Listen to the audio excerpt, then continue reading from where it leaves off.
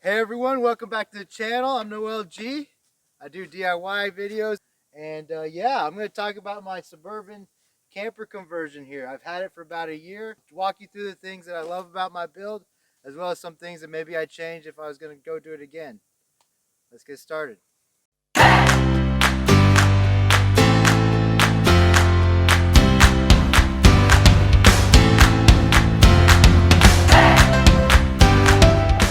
All right, so I'll just wrap this all into one. I love the layout of it. I think as far as like doing this for the first time, I feel pretty happy with how everything turned out and the dimensions that I went with.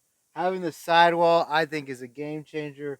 Got all my room for my clothes and the cubbies on the side, fit in a microwave, laundry chute, stuff like that. And that allowed me to keep the bed platform lower. And I still think this is good. I went with 2x8s on the side, so about 7.5 inches. Anything lower, I just wasn't going to be able to get a lot of storage in.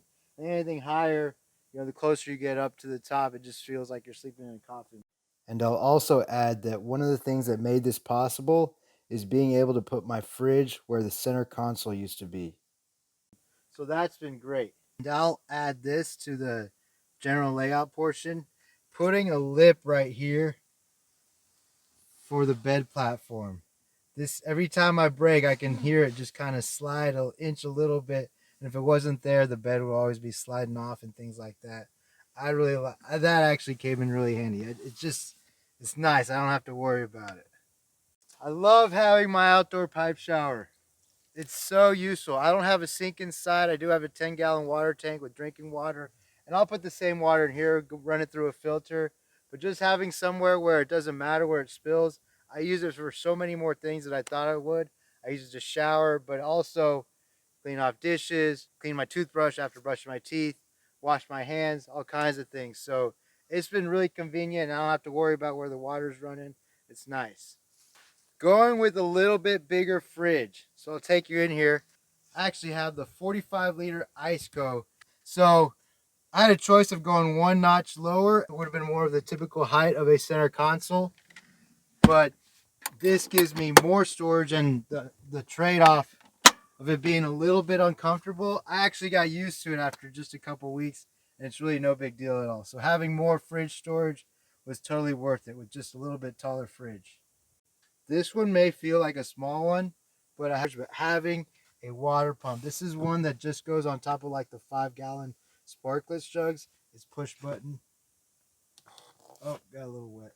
But just to show you guys, it means I don't have to tip over the water every time I want some water. I think it's great. Next, I would say my electrical system as a whole. The main power station is a Blue Eddy AC200P. So that's been a powerhouse for me. But what really is the kicker is I'm able to charge off the alternator when I drive. So you can see here, that's the fuse running from the battery over here to a solenoid. And then that ends up running to a inverter. And it's a pretty simple setup. I tucked it right back here behind the Blue Eddy, which is over here. There's the inverter, and sitting underneath it is the big power brick, and it's wired in so that it only turns on when I drive. There's an on-off switch if I don't need to run the inverter at all, and it gives me the full charge from the power brick whenever I'm driving, which is around 400 watts, which totally gives me this huge ability to generate electricity. And I can even like pretty much cook all electric. It also, because it's connected to the power brick, it only draws so much current. That's limited by the power brick. And so it really hasn't been a problem as far as like overtaxing the alternator or anything like that. I've had it installed for about a year, so that's good. Getting the LS, the base model of Chevy Suburban. For that year, every other version, the other upgraded versions, had the rear AC controls on the back of the center console, which I knew I was going to get rid of. And just still having this and not having to have them be rerun or anything like that was clutch. In a pinch, if I'm going to sleep and it's too cold, or I wake up in the middle of the night because it's too cold, I can turn on the truck, run the heater, and let it heat the back, and then I still have access to all these controls. So that's nice. And then I have to throw in the this extra cargo box I have on the back. This gets me every time. I just love the precision. This has added so much cargo space. Keep my propane outside, my trash outside. I don't have to worry about anything smelling. It gives me a lot of storage for extra cooking equipment, so I can really kind of have like multiple options on how I want to cook. It totally has expanded a lot of what I can carry. And I'll say this, the thing I love the most about my Suburban build is that it got me out there. It's really been the trip of a lifetime. So many beautiful places I got to see, all the places I got to climb, the people I've met, and just the personal experience for myself. Like if you're thinking about doing something like this, it wasn't perfect. There are some things I had to adjust to. Totally been worth it. So whatever, I totally encourage anybody. If you're thinking about it, you want to do it, whatever it takes to get you to have the trip you want, go for it. All right, so now the things I would change. The winch. I thought it was so cool to have a winch for the first time. Everything's solid, and I really haven't used it. And I just realized once I built out the inside, it's fully loaded. It's my house for the time being. It's my home for the time being. I really wasn't in the mood to push it. And having four-wheel drive and a high-low jack just in case would have been sufficient for my needs. All right, so then coming back to the layout, this is true for this panel and the middle one. In order to be comfortable that would span the whole distance and hold my weight or sleeping on it or whatever, I put the support kind of in the middle, and the rest of this is 3/4 inch plywood. What I would do differently, I think, is I would do 3/4 inch piece of plywood and then put another 1/2 inch on top and then have no support in the middle.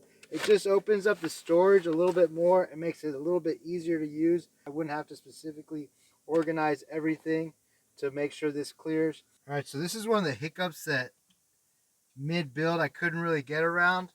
And this front panel, actually the lift doesn't clear the, the shelf for the microwave. If there was a solution for that or some kind of modification to the layout that would allow that to clear more easily and fully, I think that would be nice. All right, having this little Jackery 300. I was really concerned about electricity production, and originally I wasn't even gonna have the charge from the alternator, but so I have one. I put one extra solar panel on top of the cargo box. I run it to here separately, charges the Jackery, and I do use it for charge phones, power this little fan or the lights and stuff, and it's kind of convenient. But I have plenty of energy with the Blue Eddy AC200P, as well as my solar and the charging when I drive, that it's really not necessary. Sorry about the lighting, but doing it in a Suburban with any kind of bed platform for storage underneath, I cannot sit up straight inside the back. Yeah, you got that. All right, number one issue without a doubt. On days I can't find a climbing partner, it's great. I thought it'd be great to have a crash pad, which is true. Then the first week I was in it, I was like, no, I need something. So I went with a 2-inch memory foam topper, but a 2-inch memory foam topper is not enough. All right, that's it. Thanks you guys for watching. I hope you got something out of it. Other than that, if you want to support the channel, links in the description below. Thanks for watching, and I'll see you guys next time.